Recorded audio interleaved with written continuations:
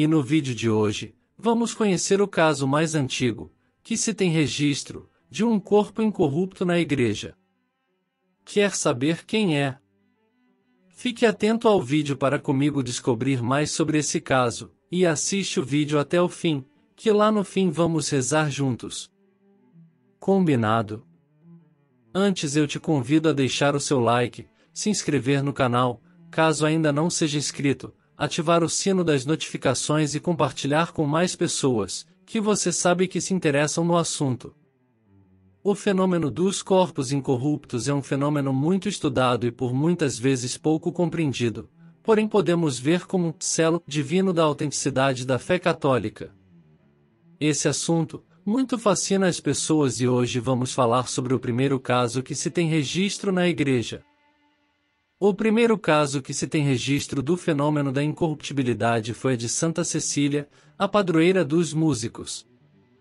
Embora o ano exato de seu nascimento seja desconhecido, é amplamente aceito que ela tenha falecido por volta do ano 177 d.C. Cecília pertencia a uma família romana rica e de destaque. Mesmo que ela desejasse manter sua virgindade, sua família a prometeu em casamento a um jovem nobre chamado Valeriano. Durante a noite de núpcias, Cecília conseguiu persuadir seu marido a respeitar seu voto de castidade e, posteriormente, converteu-o à fé cristã quando ele teve uma visão de seu anjo da guarda. Valeriano e seu irmão Tibúrcio, também convertido por Cecília, enfrentaram perseguição e pressão para renunciar à sua fé cristã. No entanto, ambos recusaram-se corajosamente a fazê-lo e foram decapitados, sendo posteriormente enterrados ao longo da Via Ápia. Cecília também foi presa por enterrar os corpos deles, e por esse crime, foi confrontada com a escolha entre renunciar à sua fé e encarar a morte. Ela prontamente afirmou sua fé e optou pelo caminho do martírio. Devido à sua nobreza e juventude, seus perseguidores decidiram executá-la em segredo, evitando assim a possível revolta do povo. Cecília foi trancada no banheiro de sua casa para morrer de asfixia devido aos vapores da água. Surpreendentemente, ela sobreviveu a um dia e uma noite inteira nesse ambiente sufocante, sem sofrer nenhum dano. Finalmente, um executor experiente foi enviado para decapitá-la, mas, comovido pela relutância em matar uma jovem tão bela, ele não conseguiu cortar completamente sua cabeça com os 3 golpes exigidos pela lei. O carrasco, incapaz de seguir adiante, fugiu, deixando Santa Cecília no chão do banheiro, com a cabeça parcialmente separada de seu corpo. Deitada de lado, com as mãos cruzadas em oração, ela virou a cabeça em direção ao chão e continuou a rezar na mesma posição por 3 dias e 3 noites. A posição de seus dedos, 3 estendidos na mão direita e 1 na esquerda, foi sua última e silenciosa expressão de fé na Santíssima Trindade. Os primeiros seguidores do cristianismo vestiram o corpo da mártir, Santa Cecília, com uma túnica luxuosa de seda e ouro e a colocaram em um caixão de cipreste, na mesma posição em que ela faleceu.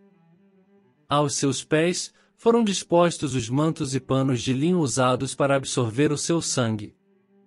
Ela recebeu sepultura nas catacumbas de São Calixto por um bispo chamado Urbano, que também havia batizado seu marido e cunhado.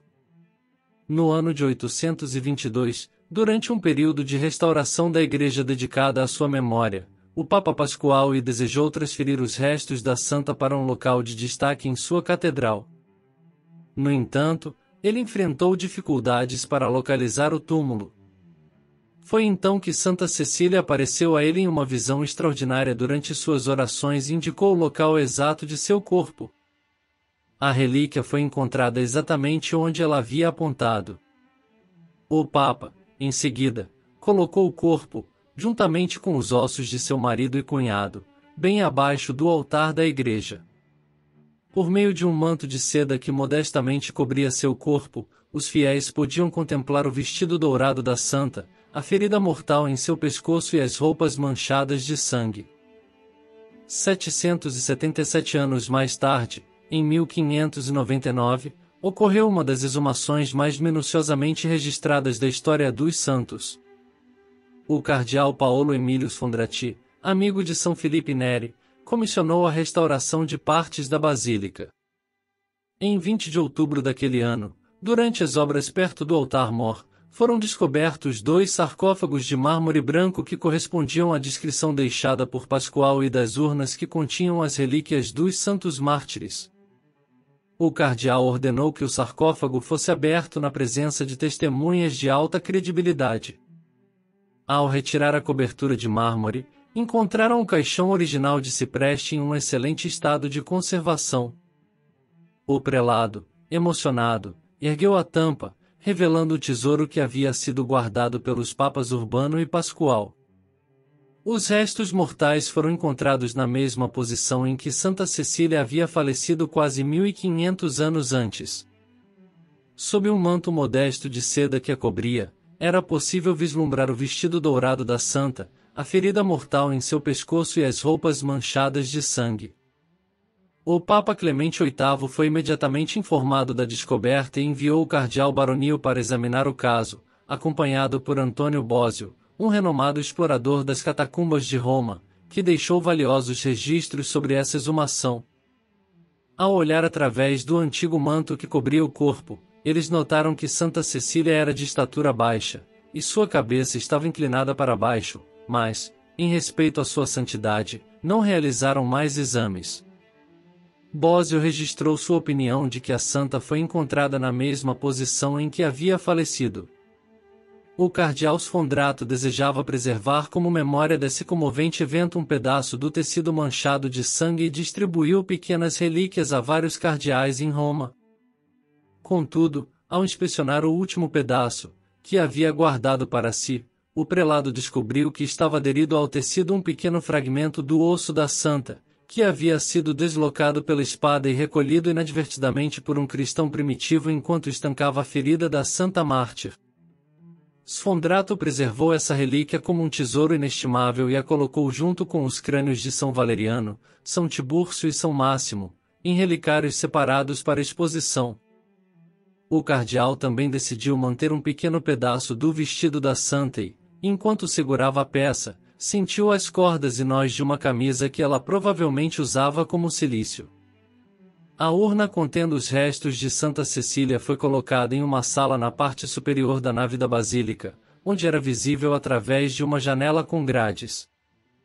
A plataforma e a urna foram decoradas com cortinas de seda dourada, e a sala foi adornada com esplêndidos candelabros, belas lamparinas e flores feitas de prata e ouro. Além disso, o santuário foi preenchido com um misterioso e agradável aroma de rosas, que parecia emanar do próprio caixão. Por ordem do Papa Clemente VIII, a relíquia foi mantida em exposição na Basílica até a festa de Santa Cecília, que ocorre em 22 de novembro. A afluência de fiéis romanos foi tão grande que a guarda suíça foi chamada para garantir a ordem. Após um mês de exposição, a relíquia, ainda no antigo caixão de cipreste, foi transferida para um novo caixão de prata, encomendado pelo próprio Papa como um símbolo de sua devoção à Santa Mártir.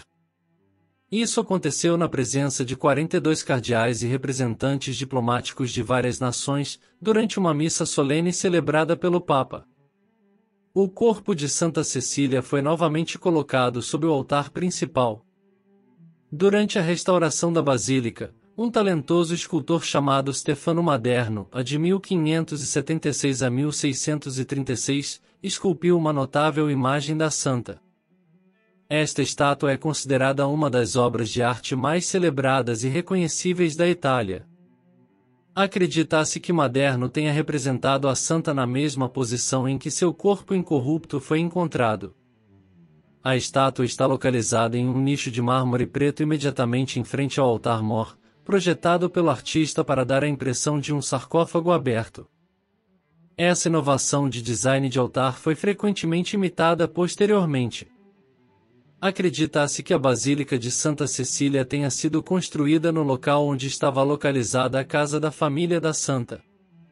Na nave lateral direita, encontra-se a segunda capela, conhecida como Caudário, Caudarium em latim, que é o local onde Santa Cecília foi condenada à morte. Nessa capela, ainda são preservados os vestígios de uma antiga banheira romana, com seus canais que continham água aquecida. A peça de mármore sobre o altar é acreditada como sendo o local onde Cecília sobreviveu à primeira tentativa de martírio por asfixia e possivelmente marca o local de sua morte. E essa foi a história de Santa Cecília, o primeiro caso de corpo incorrupto que se tem registro na Igreja. Em um próximo vídeo, vamos falar mais sobre esse fenômeno. Essa história fascinante merece ser mais conhecida, por isso, trouxe a vocês e convido aos que gostarem, que compartilhem com mais pessoas. Agora, vamos rezar uma oração a Santa Cecília, pedindo a graça de sermos fiéis a Deus, e que possamos seguir o exemplo dessa grande santa da Igreja. Ó Virgem e Mártir, Santa Cecília, pela fé viva que vos animou, desde a infância, tornando-vos tão agradável a Deus e ao próximo, merecendo a coroa do martírio, convertendo pagãos ao cristianismo, alcançai-nos a graça de progredir cada vez mais na fé e professá-la através do testemunho das boas obras, especialmente servindo aos irmãos necessitados.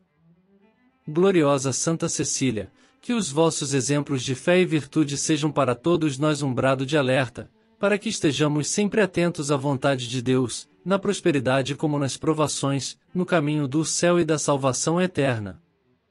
Santa Cecília, padroeira dos músicos e artistas, rogai por nós. Amém. Santa Cecília, rogai por nós.